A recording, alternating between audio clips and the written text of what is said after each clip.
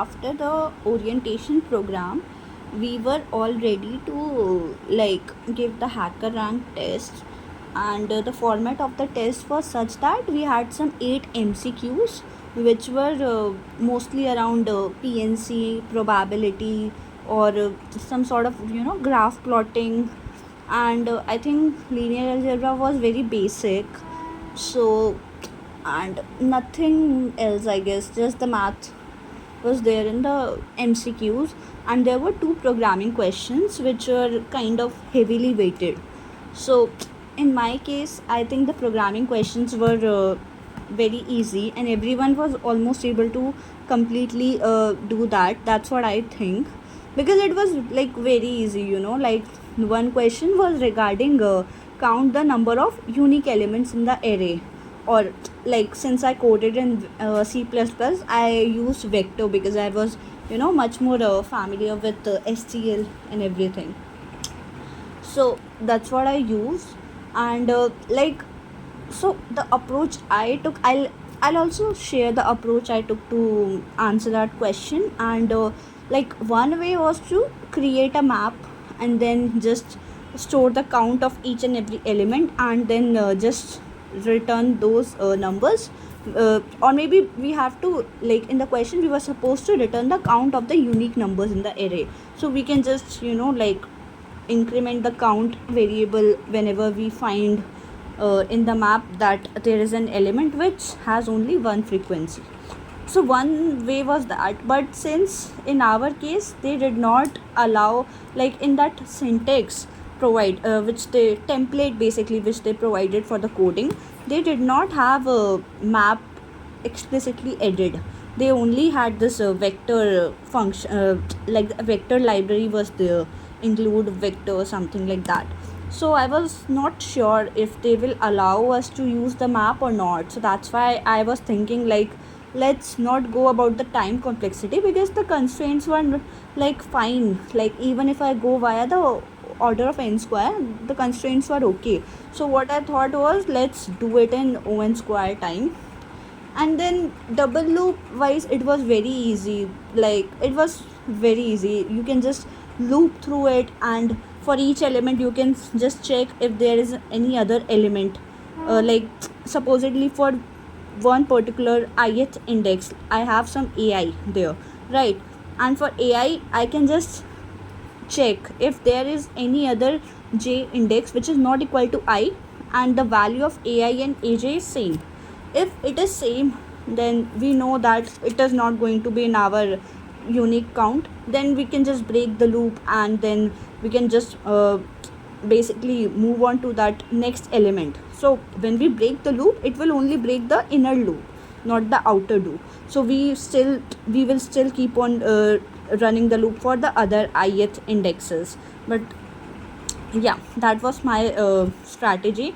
And I was also maintaining some variable to check, like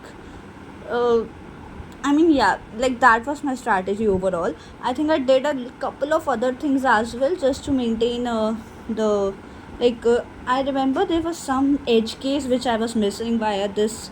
I think I'm not able to recall what I did, but yeah, like something like that. That was the overall thing which I did. And the next question was, I think that was the most simple question. And to be very honest, I was thinking that the second programming question, like in my previous sessions that I have heard from the students, that was tough. Like students were not able to do it completely or things like that. But in my case, it was very easy. It was a simple cross product of two vectors. Like you don't even have to do anything. Just write a double loop and just Cij equals to AI into Bj. That's it. Like nothing else. That was the strategy, and just 3 lines of code and you were done with it. So I was struggling more in the first coding question, and while I was doing it, I was like, okay, I'm struggling a lot here.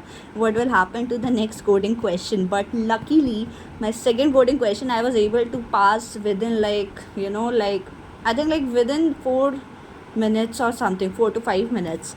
I was able to code, understand, because initially I was panicking because I was like, okay, this is the tough question. This is a tough question.